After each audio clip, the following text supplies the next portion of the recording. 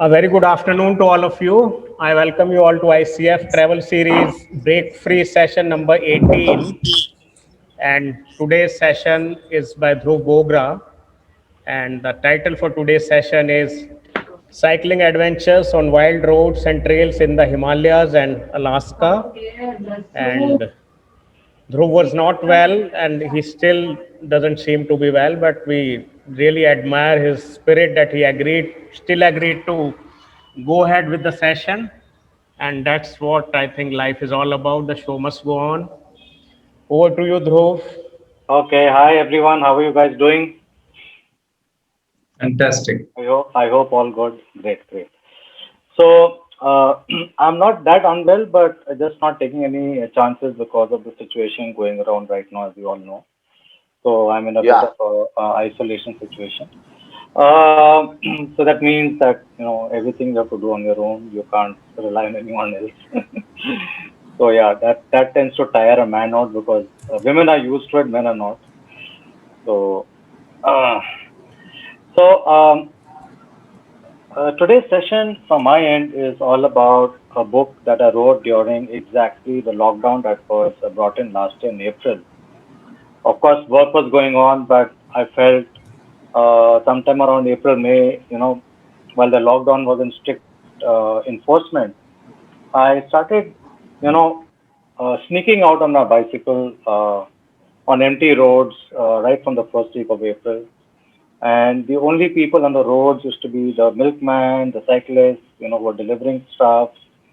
And there was an eerie silence on Delhi's roads, right from morning till evening. But that's the time I saw the beauty of Delhi. The trees were in full blossom. Um, the weather was fantastic as it is now. It's a lovely breeze in the morning and the evening. And it was deathly still. It was so eerie. And I could just cycle around to my heart's content in the middle of the road and go through trees, and it was a very different experience. And everybody around me was terrified. I was told by so many people, you're a mad guy, you're endangering other people. I heard a lot of things which were ultimately now all proven false. But at that point in time, everyone thought they were right. But I always knew that it was counterintuitive to be sitting inside and actually should be outside. So I used to take out these bike rides, and one day I was so enthralled by the chirping of the birds, and you could actually hear them. There was no traffic, and people were complaining, sitting at home. They couldn't go to the parks. At least I was going out for walks every evening. People are petrified, and I felt this is so weird. People should be outside in the parks and sort of at least with all the precautions, be going out with nature. And slowly, slowly, a lot of memories of my cycling trips made into the mountains came up. And I had done quite a bit of cycling by now, by last year, almost 45, 46,000 kilometers. And prior to this, I had done the North America, the South America over a year and a half. But my journey with cycling started in 2012, 11, 12. And this book is about all the times I took time away from work, managed to find time away from work for 4 days, 5 days, 7 days, 8 days, 3 days, to just go and be in the mountains or in really nice surroundings around me. So when I first started cycling, I was in Mumbai. I was based there. So I was working for a fashion company. It was a lot of hard work managing retail. We had hundreds of stores, but somehow I would find time to go and explore the Western Ghats, which I'll come to later in the presentation. And I felt the same way last year in April, where a lot of people were moaning and complaining to me that we can't do anything. I said, but there is, you can do a lot. And I thought, let me write a book to inspire everyone to go out there. So they make a lot of excuses about not being able to take time off for themselves. So I said, maybe I can inspire a few cyclists at least to start venturing out of the comfort zone of the riding around Delhi roads and actually go out there, and normal adventurers also. So this book is all about being away from work, being away from being fettered inside your room, feeling scared of stepping out into life and really embracing life in all its forms. So just a second. So sometime in 2011, I think it was January 2011, is when I had just embraced cycling sorry, 2012. I just embraced cycling in October 2011, around that time. And 3 months later, I signed up for the 3 day tour of Kangra with a bicycling group out of Simla, and they were taking a group of riders across the Kanga region over about 200 kilometers over 3 days. I've never done so much of cycling ever in my life, but I signed up for the trip, and we started from Dharamshala. We came down to Kangra, went up and down hills, went to see various temples, and we finally landed up at Palampur. And this picture that you see on the left side is us cycling into Palampur in the evening. And I had never seen the Himalayas look so beautiful, right in front of me. Of course, I had been up to the mountains, but never from, like I would say the plains. I had never seen the mountains soar up like that. And that was my first, I would say, encounter with the Dollar range, really. Rather late in life, but nevertheless, it was beautiful. And thereon, the cycling in the hills bug caught me from there on, and that was 2012. And me, along with a couple of friends, we would drive out of Mumbai on Sunday morning or Saturday early morning, and drive up to Lonavala and take 60 kilometer, 70-kilometer trails out from Lonavala into the Western Ghats. One of our favorite places was Shilim. This is sometime in the monsoon period around August when it's really beautiful. The landscape, the misty mountains. It's really like as if you are sitting in a very beautiful hill station in the Himalayas, and you would never believe it is the Western Ghats. And for me, having worked in Assam many years earlier, I had never seen this kind of greenery in like almost 20 years, and I just fell in love with the place. And I would just cycle up every now and then uh, to be in this area and enjoy its beauty, its quietness. There was no traffic. These are all village roads. And meandering around 50, 60 kilometers, getting drenched in the rain. The rain, as you know, in the western monsoon, Western Ghat monsoon, is very hard and very strong. With very high wind sometimes. And I just loved getting soaked. It was just something I reveled in. And I would come back home all muddy and sweaty and all that kind of stuff and wet to the bone. But it was thoroughly enjoyable. Of course, from Mumbai, I also made a lot of trips. This is still when I was still in Mumbai. I made a lot of trips into Kumaon. My father has a small place there, so that used to become like a base for me to cycle around to a radius of 40, 50 kilometers in the day, and venture out and explore. There's a Sitlakhet or the Skatarmal temple, which is the only other Zen temple in the country after Konark, and generally photographing the flora and fauna, really enjoying my days. So these were all they were difficult rides because it's not easy cycling up and down in the mountains, but thoroughly enjoyable.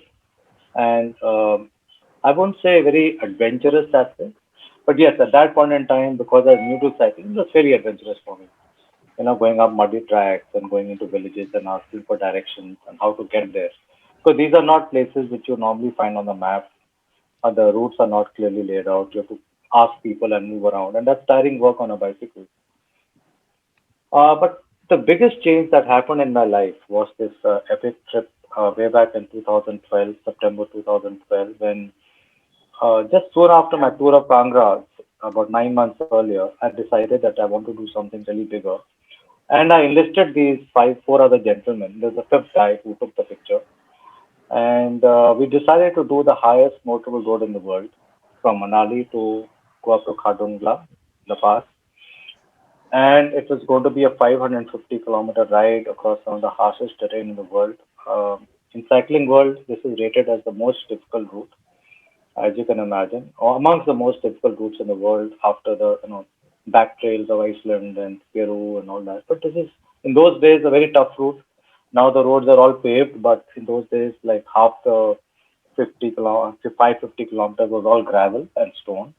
So it was really tough climbing and descending and a bit risky also. So this was the first trip. Of course, this was supported. But for all of us here, the five people that you see in the picture, other than the guy in the hat, who was a guy called Ian. He was a guide, an Englishman actually, who would spend 6 months of the year in Manali, 6 months back in the UK. And he was a guide. He was at this point in time 50 years old. I was good 6, 7 years younger than him. I think, yeah, 6, 7 years younger. Yeah, maybe more than that, 8 years maybe. And he became a guide and he became a master. And he was selected by the company we were working with, or we contacted because he had the most extensive experience of cycling on this road. And Ian was a massive inspiration. He told me all about cycle touring and what goes into loading a bike and things like that. And we've been friends since then. In fact, Ian went through a liver transplant 1 or 2 months back, and he survived it, and he's still cycling quite a bit, raising money for children and stuff like that. So great guy. So we cycled with him, and all these people here, they were all people who cycled in the mountains for the first time, including the really huge guy next to me in the blue jacket. He was 120 kilos then, and he literally forced himself on the trip, saying, "I want to come, I want to lose weight." So that was him. That was his intention to lose weight, and he lost 20 kilos in 7 days. So uh, we embarked on this amazing journey, which was going to take us 9 days to Khardungla with 1 day rest in Leh. We didn't rest over for a single day across the 7 days. Our elevation gain over these 7 days till Leh was about 24,500 feet. We had not even done 1/10 of it while practicing in Mumbai and the Western Ghats on any given day. So for us, it was really tough, but I think the team spirit and the whole zeal and enthusiasm of doing this was so high that that's when I really learned about things like mental stamina, mental strength, endurance, and going beyond the impossible to really do something and make it possible. I think these are all attributes, characteristics, self-discoveries, awareness about my personality and of others that I came across. And when I came back to work, I actually used a lot of the learnings from this trip to inspire and drive the sales team in the company I was working in. These are some of my photographs that I took on the way. This first photograph was from Tanlangla, which is the second highest motorway road in the world. Um, and this is while we were descending to Leh. And I remember zipping down this crazy mountain at about 60 kilometers an hour on the bicycle, not feeling a single shred of fear. But now when I look back, I think I was a little cuckoo and maybe the high altitude got to my brain. So that's what it was. Uh, Feel free to interrupt me at any point in the conversation if you want to ask any questions. It won't disturb my flow. So I'll continue from here, but do feel free to ask anything. So these are some of the pictures along the journey. There was this amazing place called Zing Zing Bar. So all these names you come across, when you're preparing Zing Zing Bar and Jiski Nala, and there are interesting stories around each of these. So Zing Zing Bar is named after American army truck drivers being a little drunk and going zig zig on the road. And the bar obviously stands for a makeshift tent where you could get some booze, which is stacked under the table, and Maggi noodles. So things like that. This particular hoopo I took the picture of um, on in Baralachila. The picture below me, below on the slide, you see me with the two bicycles. That's on Moray Plains. It's a beautiful 40-kilometer long plateau, which was blissful after riding in the mountains and climbing all day long. To just ride at 40 kilometers an hour was just incredible. And one of the things that really struck me was that here I was at about 14 and a half, 15,000 feet, cycling at 23 kilometers an hour. And this is what 4 days of cycling in the mountains did to my heart and my lungs. Whereas in Bombay, I used to struggle to cycle up to 22 kilometers an hour. And I was wondering, how the hell did this ever happen? I'm at 15,000 feet, 60% of the oxygen that I get in Mumbai, but I'm faster over here. So a lot of science going on in my head, but it was very, very heady kind of a feeling to be riding on top of the world. Of course, the highlight of the trip was reaching Khardungla at 18,000 feet after a grueling 7 hour cycle trip from Leh. It took me 7 hours. It took Ian 4 hours. So he was there 3 hours waiting for us, suffering the high altitude. But he was happy to see all of us make it. And it was a sense of great achievement. And we were sunburned, tired, dehydrated. But I will never forget that 40-kilometer straight climb from Leh to Khardungla. It was possibly one of the toughest climbs ever in my life. but also because it was the first time ever that I was doing something like that. So this became like, now what? I've climbed the highest motorboat road in the world. Now what else should I do? Those kind of questions start coming at you. So I said, okay, let's go after, another great mountain and a lake, an icy lake in Sikkim. I had never been to Sikkim, and I'd always been fascinated by this state and culture. I love Buddhism as a religion, and you know, I love his teaching. So I said, yeah, let's go there. So I planned an expedition to Lake Gurudongmor in North Sikkim. It's one of the highest lakes in the country at about 17,000 feet. And again, this was a supported expedition in the sense that there was a jeep following us. I teamed up with two other boys. One was from Gangtok, the other was from Darjeeling. Both were hardcore mountain bikers, and I learned a lot from them. Each day, they were like miles ahead of me. They were really fit, but of course, living in the mountains enables you to remain fit. Your heart lung capacity is much higher. And but it was a beautiful trip. We started from Gangtok, went up to Chungthang, Lachin at 58, and this trip, I couldn't reach Guru Dongmo. In fact, in the book, I write the whole story as to why that happened. And my father had a heart attack. So just before the BSNL tower in Lachin blew up. Hello, can you hear me? Hello. Okay. Just a second. So am I audible? Yes, Yeah, yeah, yes. yeah. So just before, we reached Lachin at about on the third day, we reached Lachin at about 7 in the evening. It was a very long day. And at 7:15, I got a call through a BSNL phone that my father had had a heart attack. So that very day, I packed up at night, and next early morning, I was dispatched to Siliguri to take a flight back to Delhi. So Lake Guru Dongmo remains a unfulfilled dream, and Palden Sherpa, who runs a bike shop and who is helping me with this expedition, keeps reminding me each year that your promise to come back is pending. I said yes, it is, and I will come back on a longer tour of Sikkim.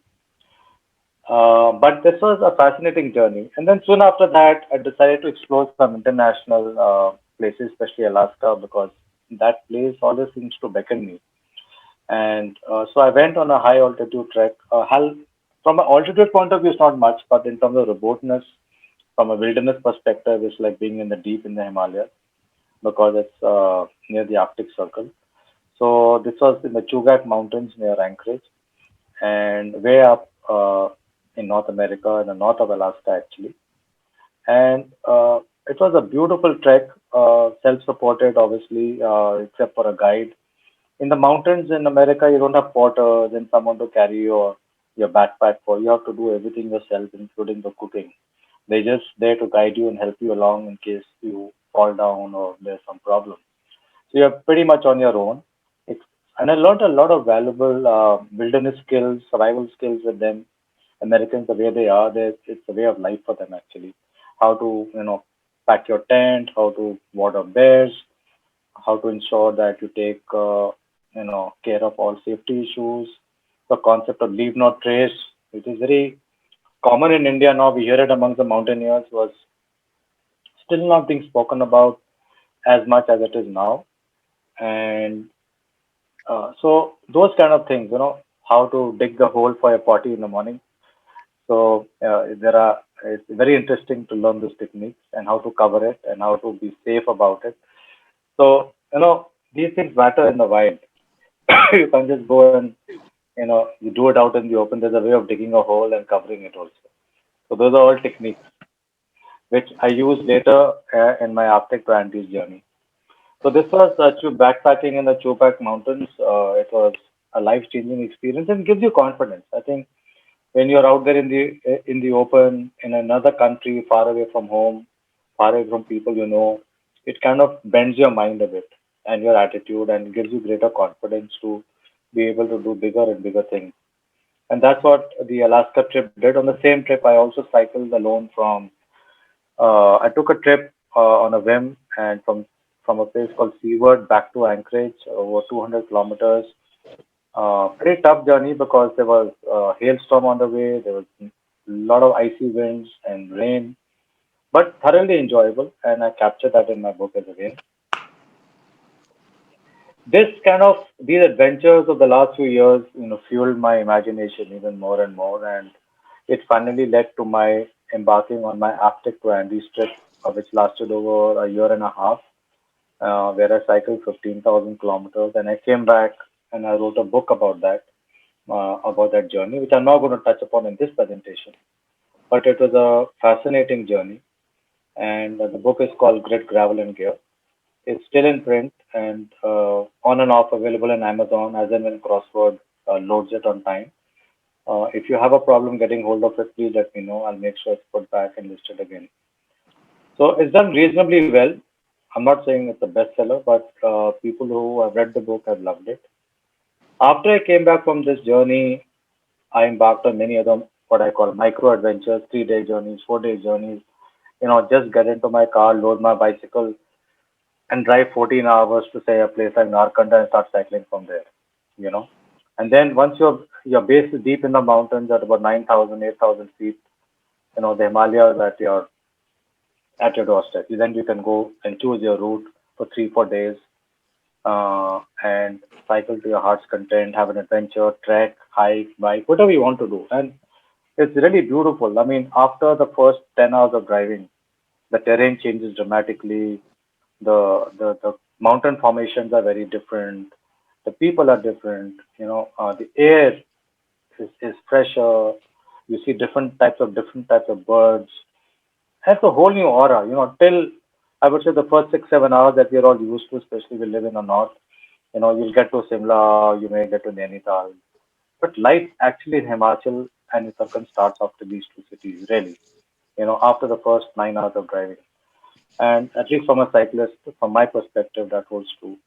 And these are trips that I made out of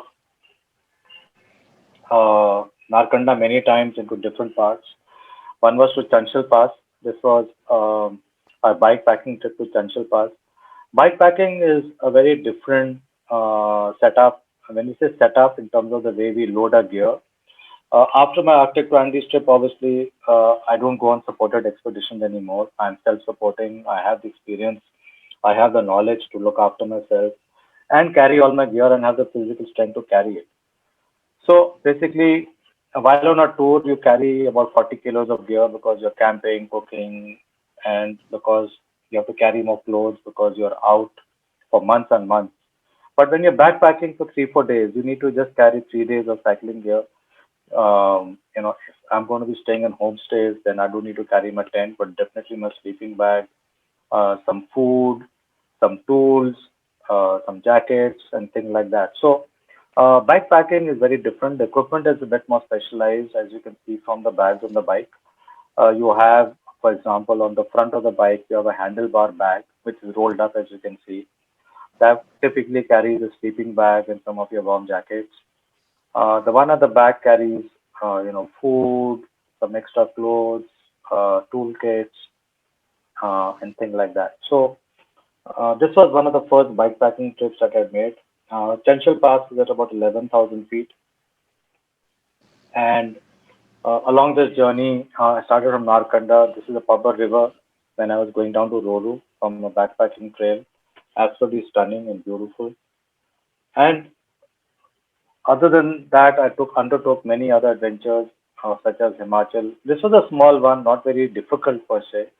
But yes, bikepacking with gear without adequate, acclimatization and training in the city is little tough because you're not living there, right? And you barely get enough time to uh, train much. But as you can see, my equipment started getting better. I started getting more bags and started loading up the bike a bit more so that I could carry more for better comfort and having more things around me in case I need them.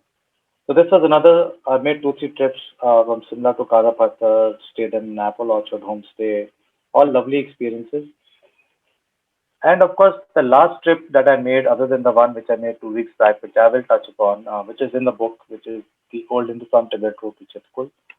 A fascinating, very famous route, very popular with adventurers, explorers.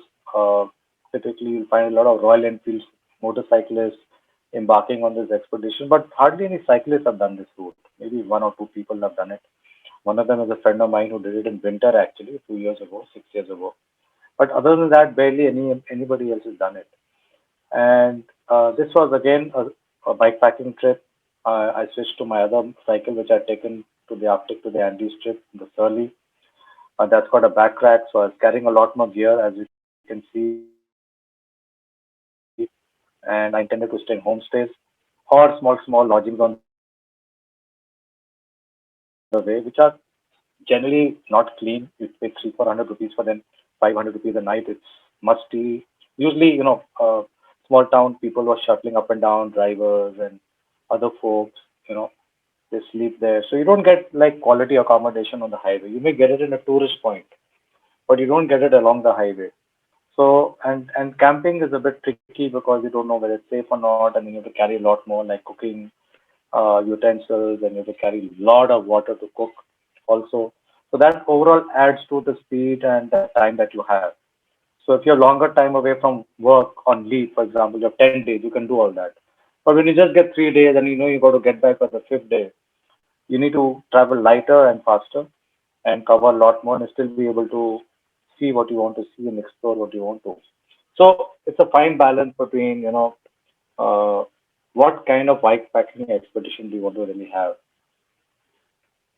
This was on the road from Rakcham where I sort of reached on the third day. This was a 4 day trip. And early morning, I was leaving for Chetkul, and I was just bedazzled by this beautiful autumn.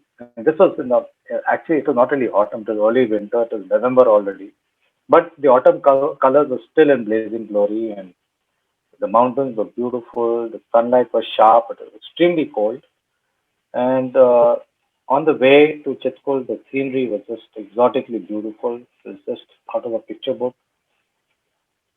These are some of the pictures that I took on the way. The image on the right is Raksham village, where I based myself after reaching, and from where I then went to Chitkul and back. It's a lovely village, very similar to the village that I want to talk about in the next slide. So, having done that, I wrote this book, obviously, and it's available on Amazon, and you can order it from me as well. Uh, last week, in the middle of March, I embarked on another trip, the first trip after COVID really ended. I had done some cycling in between in November, December in Kangra, but that was just like, day trips, rambling around, coming back end of the day kind of thing. But this was like a proper expedition again for 5 days actually. I decided to start this from Missouri up till uh, Herschel Valley, which is about 200-kilometer distance. And again, a very fair amount of climbing was planned, about 15,000 feet of elevation gain, and a wonderful trip. Again, my bike packing setup changed a bit. Technically, I made it smaller. My bicycle changed. I bought a lighter bicycle this time around because it's becoming difficult to manage heavy weights. And also, sometimes you have to carry it around, and that ends up straining the body a lot. So this is a technical bike. It's a gravel bike built for gravel terrain, mixed terrain, and also lighter, and has a frame and a construction that makes it faster. Unfortunately, you can't load too much on it, so I had to plan my equipment very carefully and order it. And fortunately, all came on time. You will see mainly in the construction, you will see two bags in the front loaded near the wheels. So those are typically carry clothes and clothing, winter jackets, merino wool socks, that kind of stuff.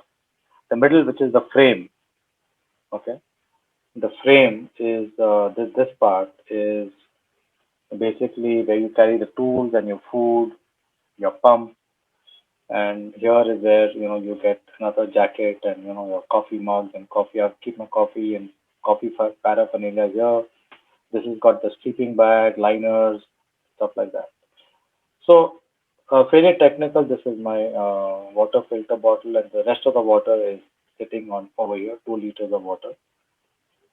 So You can see it better in this picture over here, the construct. So wonderful journey, went through very different types of terrain, smooth roads, bad roads, non-existent roads, and because of the Char Dham route, some sections of the mountain are being literally ripped apart, and it's really heartaking to see that, to see ancient trees standing there for centuries being pulled down. It's really heartbreaking. But yeah, that's the way we've all decided to go as a country, so be it. So a lot of the roads are mixed. It's a wonderful route. A lot of the roads are gravel, so especially as you go higher up, you get more and more gravel roads, or if you decide to go off the Gangotri highway, so to speak. Even the Gangotri highway is not very wide, actually. If you see the picture on the right hand side, the one with the big boulder, this was a landslide that happened the previous day. The road is barely about 15 feet wide, so it's not very wide, and there was no traffic at all, hardly any. So I had the road to myself, and it was really amazing. This was a picture that I took when I started climbing on day three to a place called Sukhi village, which is at the summit at about 9,000 feet. This was a climb from Uttarkashi to Sukhi, which took me almost 9 hours because it was just 60 kilometers, but uh, like climb was almost 7,000 feet. So having come out of an injury in January, which took almost 45 days to recover, I had not had much time to train. So I really put myself out on a limb to do this journey, and I wasn't well trained enough. I hadn't made my body fit enough. I still had back and spine issues, so I used to be rolling my back on a water bottle just to unlock all my muscles and stuff like that. But it was definitely a battle against my own body, which was trying to pull me down. And like I said, it's all in the mind. And it was beautiful. It was wonderful. The third day was very tough for me, but somehow I made it to the top of the village. And some of the images from the trip, especially on the third day, were absolutely incredible. A tiny gorge running along the Bhagirathi River, which comes roaring down from Gangotri, and then a lot of pretty Garhwal villages, you know, a lot of old architecture. You still don't see too much of modern home. Still a lot of 200-300-year-old homes out here which are really beautiful, quaint, and I'm told very sturdy. They can take up to earthquakes quite well. So that was very surprising, but they have survived so far. I take a lot of pictures on the way as much as I can, and these are some of the blossoms, the rhododendron, the apricot tree flowers. That's a wagtail out there. So I keep myself busy. That's the joy of cycling in the mountains. You keep taking pictures and recording what you see. Once I was in Harshal Valley, down below from Suki Top, I spent a day roaming around. This is Bagori village, very old village, or at least 300-400 years old. The community here is Indo-Tibetan because they have traditionally been traders who trade along the old China-India routes, and they abandon the village in the winter months and go down to Dundwa near Uttarkashi for 6 months. So they stay there for 6 months. They stay here for 6 months. The reason they have to leave this village is because the water freezes during the winter and they don't get water for their homes with the pipes anymore. So and they never got it. So traditionally they've been doing this. They take their livestock and they all move down for 6 months and they come back here. But their homes were just incredibly beautiful, lovely carvings, very old. Nobody could put exact date on it, but some people said it's like 500 years old. Somebody said it's 200 years old. But really lovely village. Very eerie to walk through it because it's like walking through a ghost town. You hear of the Wild West ghost towns, where it is a bit like that because not a soul to be seen. And within Harshal Valley, I was told by a blogger who was staying in the same homestay as me that there's this village called Mukba, and Mukba village is a village where the idol of goddess Ganga comes during winter from Gangotri, and I was so happy to hear that because I didn't have the energy to go to Gangotri. It was still 30 kilometers ahead, and I was really tired after my last climb. So I said, "This is amazing. This is Providence," and Uh, this will be fascinating to go and see the idol very close to me. So I climbed the mountain again, not very far from where I was. And nestled, I mean, this beautiful valley is this fascinating temple in Mukpa village. Mukpa village uh, is the home of all the priests also who serve at Gangotri.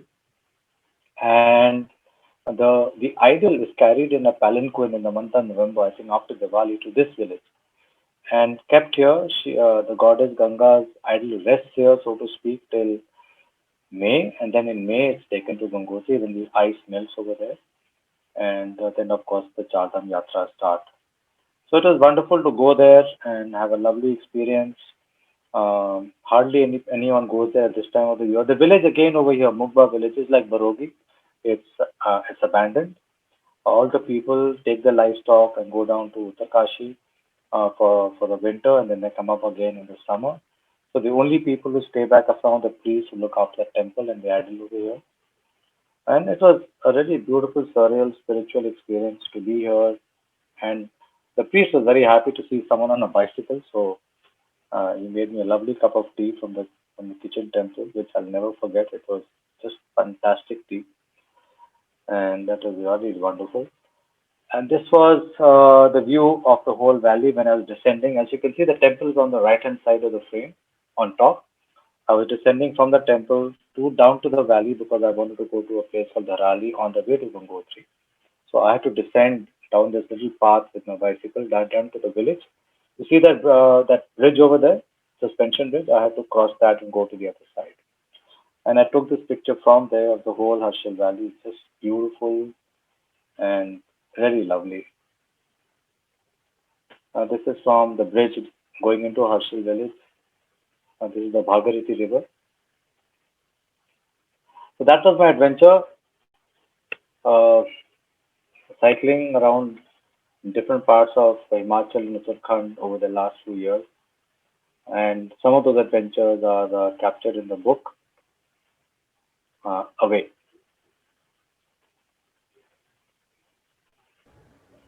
Thanks, Dhruv. So, Murugraj has a question, not yeah, related to the presentation actually.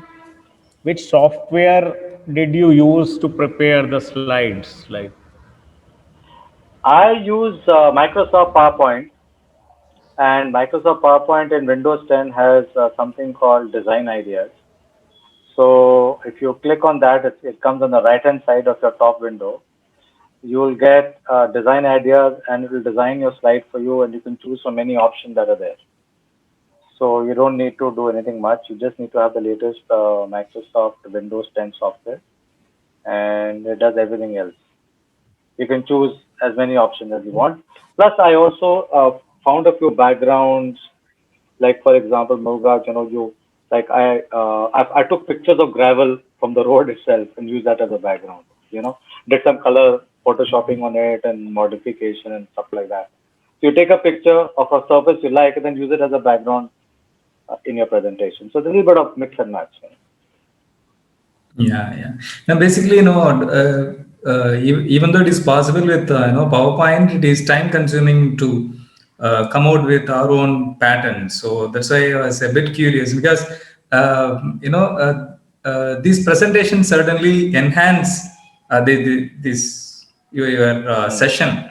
So I was a bit curious as to whether you're using anything Yeah, yeah. special Nothing, rather than nothing. But yeah, it takes time to get all the pictures, and especially when you're nitpicking a bit on how does the slide look, it does take an hour or two to make a presentation. Maybe sometimes even more actually. yeah.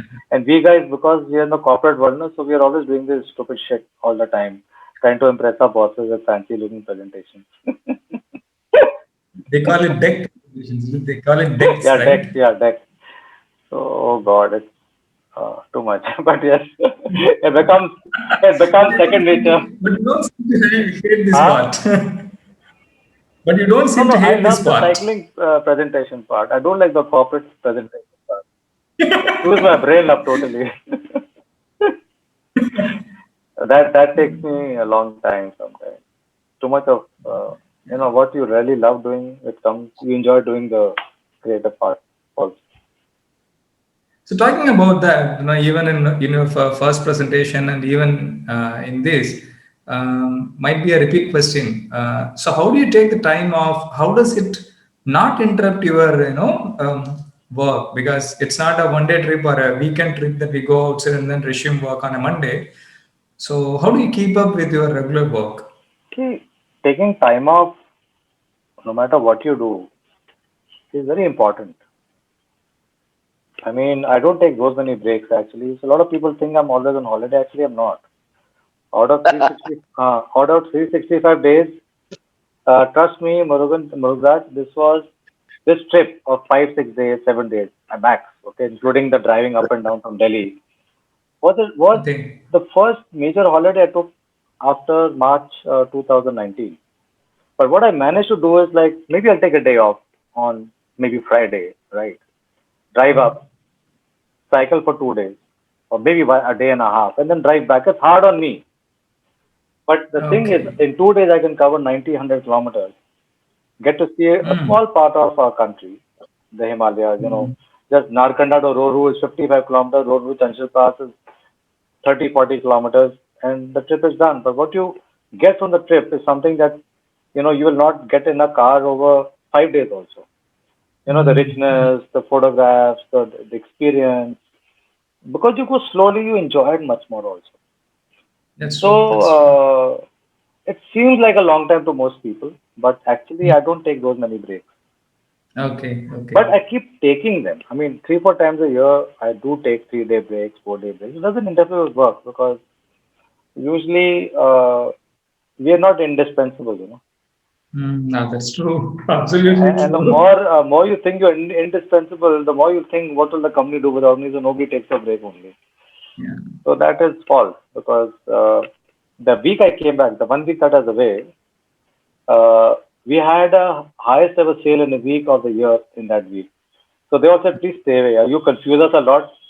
Keep cycling. We'll manage the business while you're away. Mm. Some of the people have a different definition for a trip.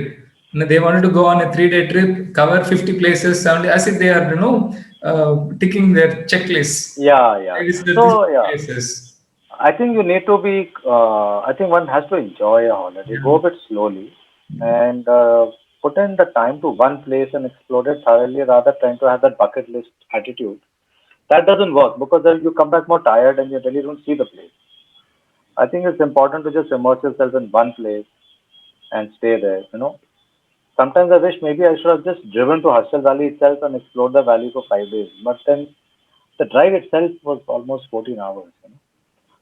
So from Delhi, so it's a long drive, and then you have no energy to cycle the next day after driving for 14 hours. So I just thought, but yeah, you need to take time out. Nobody's indispensable. Yeah, that's true. Nobody. Absolutely true. In fact, you and many others, when you talk about Himalayas, we are on the southern part, southern end of India. So for us, Himalaya is always, something that we don't or we can't reach as easily as we could in a nearby place. So that is always fascinating, and thank you for sharing all your experience. Yes. I have traveled around a lot in the Kodi Hills in the Nilgiris in a car. I have not cycled there yet, but the point is we can do anything anywhere. A lot of the boys living in Bangalore. I lived in Bangalore for 10 years. Okay. That time I had not started cycling, but the cycling fraternity people cycle up to Nandi Hills all the time. They cycle in Coorg, Madikeri, and all these places. Mm. So it's possible. So if you want to get away, nature is everywhere, and the south is blessed with beautiful forests and reserves, and you know, uh, both in Tamil Nadu, Kerala, you have Wayanad, in Bangalore, you have all those different forest reserves, including Coorg. What is the name of the beautiful forest reserve near the Tamil Nadu border? I forget. In which place? From Mysore, when you're going up to Ooty, there is this beautiful forest that comes on the way. I've forgotten now. It's not coming to me. But, Uh, you have Ooty, right? before Ooty, on the plains itself. You have two, Yeah. three forest reserves there. Yeah, yeah. Godalur range. I don't Mm. know that. So there's lots to do anywhere. I mean, there is, this country is quite blessed actually in various parts. So is it Naga Hole, Dhruv? The No, no, no, not Naga. One of the Bandipur, Bandipur or Bandipur, Bandipur, Bandipur. Yes. Bandipur. Yeah, and it's called something else in Tamil Nadu because the same range extension of Tamil Nadu is called something Yes, else. What did you say? I couldn't pick that name. Bandipur for the Bandipur. Bandipur. Bandipur. Yeah, yeah, yeah. But the thing is, the next thing to do after doing a bit of Himalayas is to go down to the south and explore the forest reserves on a bicycle. I've done a lot of it in the car when I was there. Almost 2-3 thousand kilometers of driving around that area. But a cycle is a different ball game altogether. In fact, talking about Ooty, we had a recent family trip to not Ooty, but we stayed at Kunnur. Okay, so Hmm. my uncles were so disappointed that we did not visit Ooty. Now, Yes. for them, the tourist place is Ooty. Kunur is only a destination that we pass by. They cannot imagine the idea of we staying there for 3 days and exploring Kunur. Yeah. The moment we came back with our stories and showed the photographs, they said, "Oh, there is this much in Kunur. We never. I mean, they are 40-45 kilometers away from Kunur."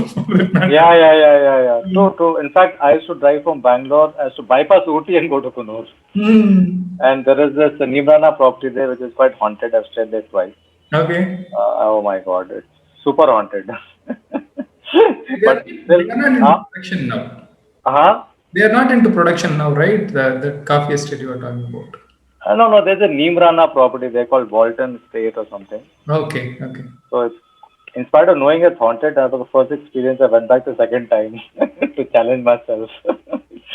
But it's eerie British times bungalow. It used to belong to a colonel, and some funny things happened there. But very interesting. Kannur is very interesting place. Yeah. Very beautiful place. A lot of my ex-colleagues from Titan have built homes there. Mm-hmm, mm-hmm. We would like to hear from Sonali also. She has like written in the chat box. I was a crew member for the race across America with my then 3-year-old. Wow. My friend Samim Rizvi is an ultra cyclist, and just like what our speaker said today, cycling is a different ball game to altogether. So Sonali, I think it's the first time you're attending our session. Can we have your inputs on the? Great experience. Yeah.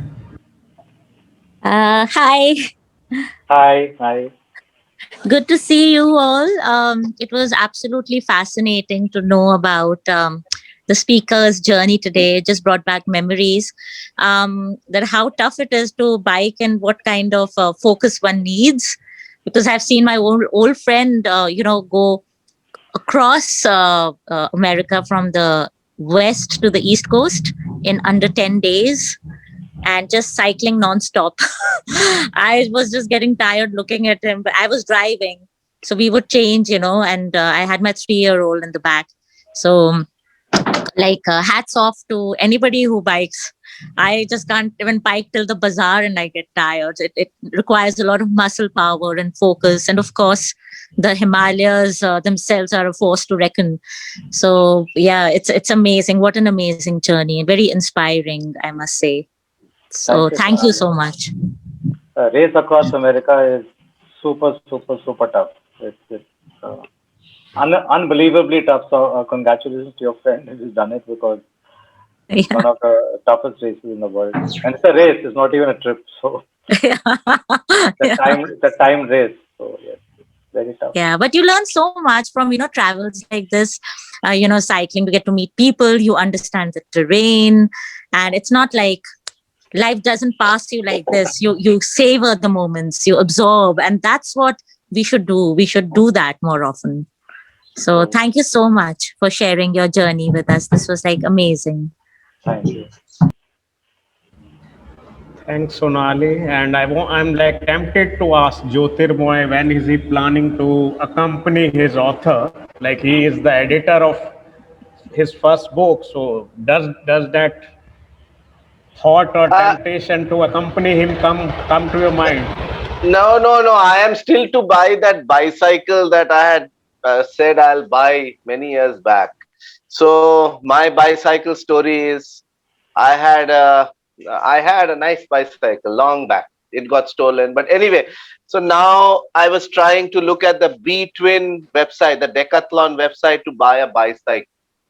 But I've still not got on to doing it. So certainly not with Dhruv. But okay, seriously speaking, I am thinking of doing something here now that I'm in Durgapur more than in Delhi. And this is quite open spaces. And Shantinik, there are nice bicycling routes in a sense through the villages and all. So Shantiniketan, Tagore's town is just 2 hours away from us. And I have been looking around my town also to see if there's a cycling community. There's none. Kids do cycling, but this is something that I could do at some point. Buy a bicycle, start cycling again. Incidentally, that's the only thing I know what to ride. I don't know how to drive, so I know how to ride a bicycle.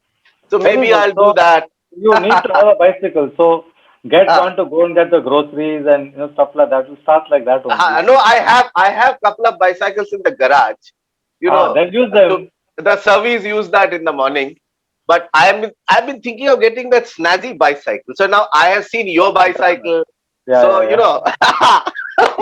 so, so anyway, I was actually looking at the B Twin website right now. I'm thinking of getting that 5,000 bucks nice little white bicycle, jo hai na, standard ones. But most of the good, most of the other bikes are nowadays very expensive. बहुत expensive hai. Yeah, yeah, yeah. I just looked at the city bike, the Trio city bike. That's like 30 grand, even the minimum one. That's a nice one. Nice one. See, if you have flat roads in Durgapur, We then have flat, then flat. just start with a fixed gear bike. Don't buy a geared bike because that will push up your cost, number one. Ha, And ha. fixed gear bikes are quite trendy nowadays. What is fixed gear So bike? What does fixed means fixed that gear mean? there is no gear system in that. It's a traditional bicycle like you have the Hero one. Yeah, But yeah, yeah. but the problem with the Hero one is that the ring is very broad. The Uh, radius is too much. So even small gradient comes, you can't climb. So a so, fixed bike will have uh, a smaller ring, a smaller radius ring, right. so like medium size, which you'll be able to easily, spin your legs and go up a small little incline in the road also. So, what do you think of the B Twin? That basic Yeah, 5,000 yeah. bucks? That's a Buy the nice big, one, right? buy the big one. It's okay. This is a good start. Anything to get you to the grocery shop is okay. Yeah, I don't do anything. Dad, right? Dad does all the stuff. But just Dad and mom. buy a helmet with it for sure. Yeah, yeah. Okay, good. I'll do that. So, okay, thanks, Vivek. You're now making me buy a bicycle also. We'll Sorry. Yeah, hold you yeah. to it. We'll hold हाँ, you to it. ठीक है करता हूँ मैं करता हूँ अभी तो I am into other things Next month we'll have a session. How did you embark on your cycling journey? Okay Yeah, okay yeah. We will In have a Durgapur. Durgapur Diaries. You want to see a presentation on that? Okay okay okay I, this is not a I bad think idea actually yeah. या but Even now Murugaraj can do one on his trip to Munnar. That's tough. The roads are very steep over there. Abhi it's very hot here in Bengal actually winter is the time to bicycle long This is distance the time. If you can do this in summer, winter will be a breeze for you. अच्छा अच्छा Winter you'll be doing 100 kilometers. Right now, just do 3 kilometers. You're okay. Grocery shop तक ठीक है okay okay Mine was a road trip, not a cycle trip, obviously. So, Dhruv, I have a question for you. Like cycling in India and cycling abroad, like which one is like more difficult? Considering everything like the logistics, the roads, safety, security, availability of amenities, and Certainly, abroad is much simpler. Can you hear me? yeah, yeah, Yeah, abroad is much simpler. When I say abroad, I don't even mean it in a generalistic sense of way. If you look at North America, it's super organized. You've got campgrounds. You actually they're munching Yeah, without washing it. there are safe places to. I mean, not just safe, but there are organized places to camp in. The infrastructure, even though like above the Arctic Circle, there's nothing. But if you're in proper North America, like the West Coast or East Coast or whatever, there are cycling is huge. So you have all types of facilities for cyclists. There are also places to stop and eat and things like that. If you go into South America, even places like Mexico, The infrastructure is not there, but the traffic is lesser. The people are more respectful of cyclists, even inside the cities. There are green lanes marked for cyclists, even in places like Guatemala and Mexico. So there is more respect already over there. And if you, for example, decide to camp out in the open, you can be sure your things won't get stolen. In India, we don't know. If you're sleeping inside the tent, your bicycle is outside, you get up in the morning, it's gone.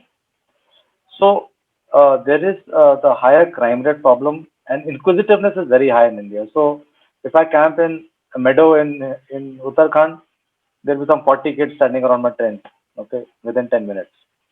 Whereas in other countries, they'll not bother you. It's not a bother. 40 kids are there, but beyond a point, it becomes too intrusive, you know. And then they ask so many personal questions, so it becomes a little uncomfortable. Depends on the person to person kind of thing. Food is unsafe. So all these places I stay in, these homestays, they're filthy. I have to sanitize, especially during COVID time.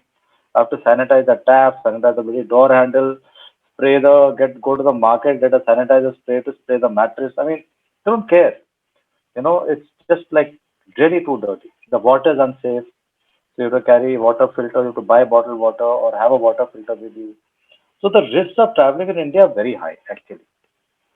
Uh, Having said that, we are more beautiful. People are not friendly also, Vivek. I mean, while you're cycling, and I'm sorry to compare it, since you asked me the question, I'm giving it straight from the belt. I mean,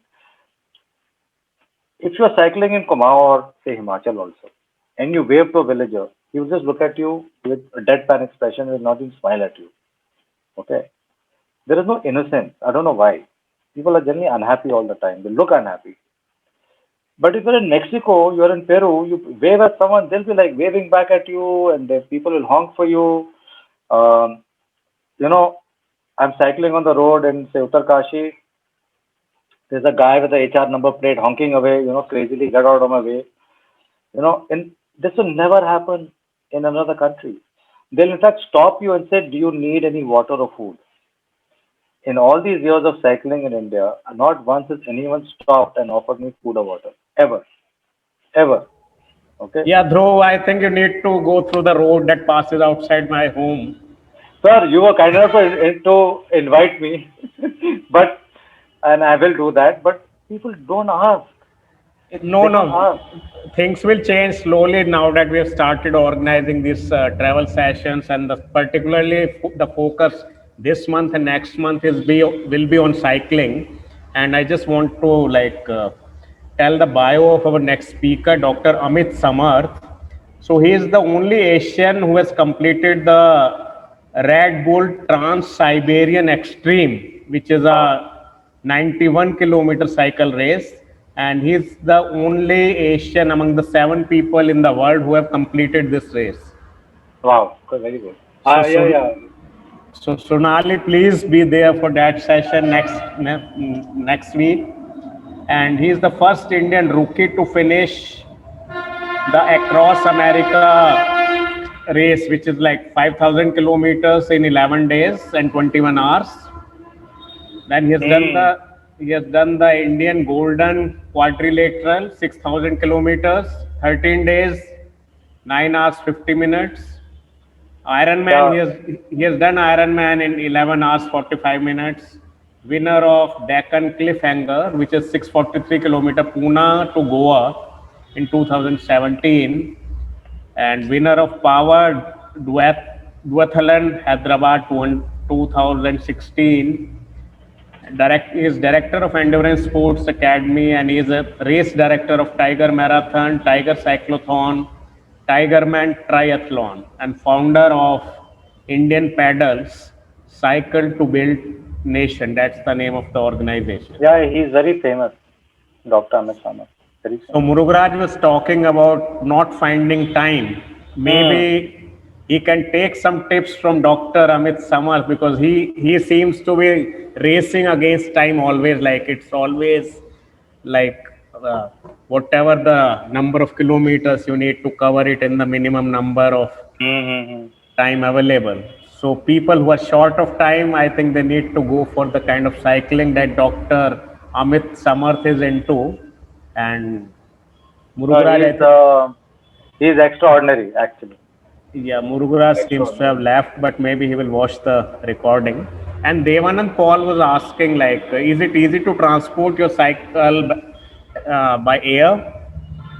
Yes, it is. So what happens is you go to a bicycle shop, they will remove a few parts, put them inside, like the handlebar and one of the wheels will be taken off, pedals will be taken off, and they'll put it into a box which is the size of their 46-inch television kind of a thing. And then you pay $1,000 for extra large box at the airport.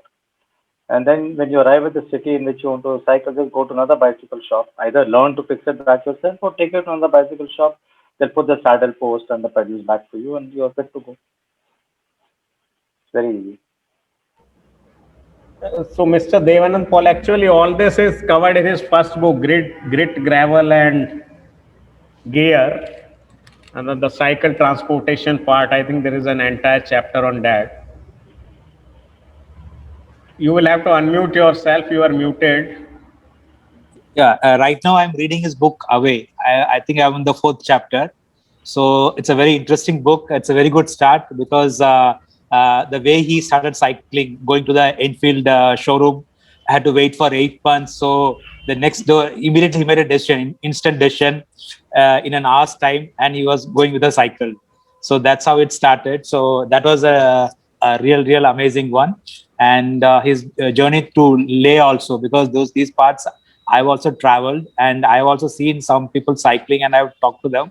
So I can understand how tough it is, because even to walk in those places will be very difficult. So cycling is not such an easy joke. So, and one more place I would recommend you to try is Meghalaya, because Yes, Meghalaya yes. is very beautiful. You can and Yes, it's a bit flat and you can really enjoy it, and the sea, it's very beautiful. yes, So Dave. I've In seen. fact, I want to do a Northeast circuit one day. Just take 2, 3 months off and just explore all the 7 states, or at least 3, 4 of the main states over there. And that's a dream. That's a dream for sure. Yeah. The Meghalaya, Manipur, Nagaland, and Arunachal and Sikkim. These 5 states, I want to spend 2, 3 months. Going deep inside the tribal villages. I want to do that. It's a dream, and come back and write about it. Yeah, because once I was traveling in Meghalaya, so I met two people from Kerala. So they had traveled all the way for a weekend for a 3-day trip. So they Wow, were cycling and they were telling their experience. It was quite wow, good. So wonderful. and they said it's one of the best place to cycle. Yes, I'm sure people are very friendly there. Yeah. Yes. Some parts. Yes. Yes. And the traffic is also quite good. People are not so rash, especially in the Shillong area and other the Cherrapunji, and these areas are much better. Mm-hmm. I'm sure. I'm sure. The roads are pretty decent now. It's Roads are good. Roads are good, and yeah. it's not so they don't. In Shillong, you don't see people honking.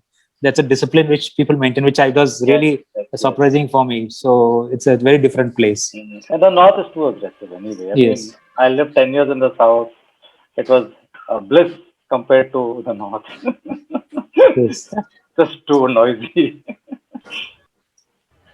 So, Dhruv, like So, one more question, like when you are cycling, should it always be the mountains and the Himalayas, like riding in plains? Is it not fun or is it boring? Like, how do you compare the two?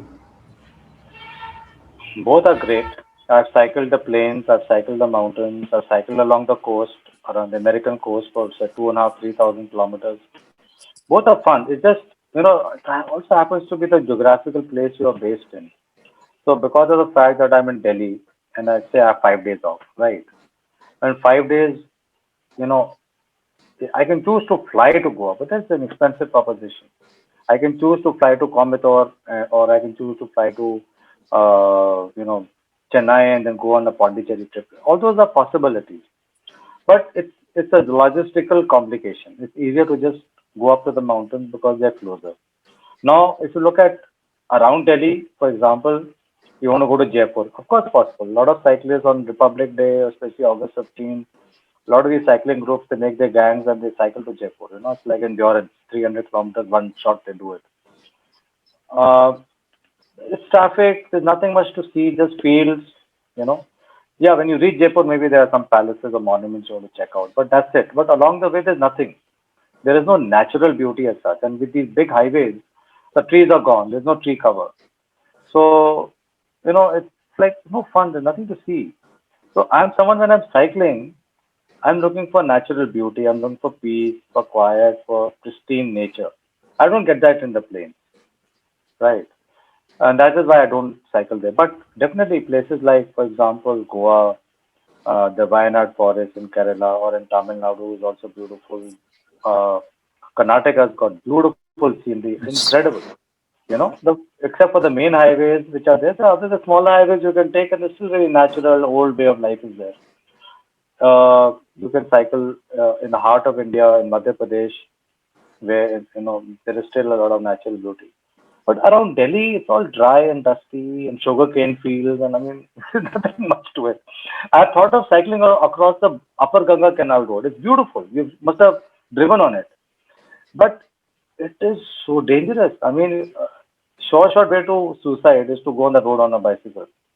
You know, it's like really, you're on a suicide mission. You can't cycle. It's a beautiful road. 200 kilometers of uninterrupted beauty of just the canal and road and trees, but the traffic on it is so fast and the road is so narrow that you just won't enjoy the ride. So I don't quite. I mean, it's okay. Endurance riders do Delhi Agra many times. 200 kilometers will finish in 7, 8 hours, 9 hours. But they're racing. They're randoneers. They're doing different things like the ultra cyclist thing that Sonali was talking about, or what Amit does. They do racing. They do 6,000, 7,000 kilometers. They're timing themselves. They're not. My trip is very different in cycling. So my trip is exploration. Theirs is more about cycling as a sport, where they're trying to beat records, they're trying to better their record, they're doing faster, longer, in the shortest possible time span. They have support vehicles, they have mechanics, all that kind of stuff. My trip is more solo, more me against or me with nature, so to speak. So that you find mainly in the mountains only, and maybe in the mangroves or coastal areas which are densely forested. Yeah, I get your point, Dhruv. And Nikhil, any query from you? No, no, thank you. It was great, great as usual. Thanks. Okay, Nikhil. So, Dhruv, thanks for joining us. And you were complaining about like isolation. I hope we took some of it away with our. Yes, you did. Thank you. Thank you. I feel much relieved after many days of just sitting and whining by myself at home. Nobody to whine to. So that was one of the reasons I tried to call you last night, maybe talk to you, but I think you were No, busy. I was busy washing clothes, Vivek. I just couldn't mind. Okay, okay, no problem. In a bucket, Yeah, yeah, yeah. not in a washing machine. So Chalo. see you next week at 4 p.m. with Dr. Amit Samat's session. It should Yeah, be it'll be very good. He's an icon. So yeah, a different kind of session. So Dhruv, please be there. Please bring in as many people I who will. know. I'll send it out to the cycling fraternity. If you send me the Zoom link on time, then I can, because Yes, last minute nobody will be able to join. yeah, yeah, sure, Tell sure. me now, a week in advance, I can start building it up. Yeah, yeah. We will create a registration. Like it's always better if people register than Yeah, they that's are on. fine. Yes, yes, yes. Then they always like we can update them about the upcoming sessions because we are planning a session with the Cyclop community also. With So Banvi, I think, right? yeah, Malvika. with Malvika, Yes, and then another session with a couple who have written a book on bicycling. It's called the Bicycle Diaries, yes, yes, and yes. then another session this week with three people who like cycled and they worked on the highway when the lockdown was there. So their stories have been covered in the newspaper, and we like contacted them. They agreed. So it's going to be cycling this month, next month. So keep Great, coming. great, great. Yeah, Yeah, I'll come as often as I can. I yeah, do and want to attend all these sessions. They're all interesting. Not yeah, just the cycling ones. All of them are nice, actually. yeah, we really want to make sure that the next time you go out on your cycling trips, there are people who are like who welcome you, offer tea, food, everything, and they offer their love. Like the Cyclop community, at least on Facebook, it's pretty big. So maybe once they know where you are going, there would be cyclists at those places also, so they can join you or they can Yeah, yeah. So welcome you. in around the world, there is a community called Warm Showers, and Warm Showers is a community of cyclists. And there are about 35, 40,000 of them. There are some in India also, but they're mostly based in the slightly more. You can stay with them for a couple of days, and then they'll let out a room to you for free. It's all for free. It's not paid. It's like couch surfing, but couch surfing for cyclists, basically touring cyclists. And but there are not that many members in India. There are a few, but not that many, and they're generally not in the higher reaches. So we all have to make a start and start with one, and then we keep on adding more and more. And thanks a lot for doing today's session. It was the second session, and certainly not the last. Like as you plan to add more stories to your book away, and tomorrow, like we will have our usual session which we have on editorial related topics. Tomorrow's session will be slightly different because it's going to be on podcasting. Now, even for podcasting, when we hear the word podcasting, it's like the image that comes to our mind is like something related to audio. But tomorrow's session will be on video podcasting by Anku Goel. So that will be at 11 a.m. Please join us and have a nice day, everyone. Okay, thank you. Thank you. Thank you very Thanks much. for Great. inviting Thank me. you. Bye bye. Bye. Bye bye. Bye Bye. bye. Bye bye.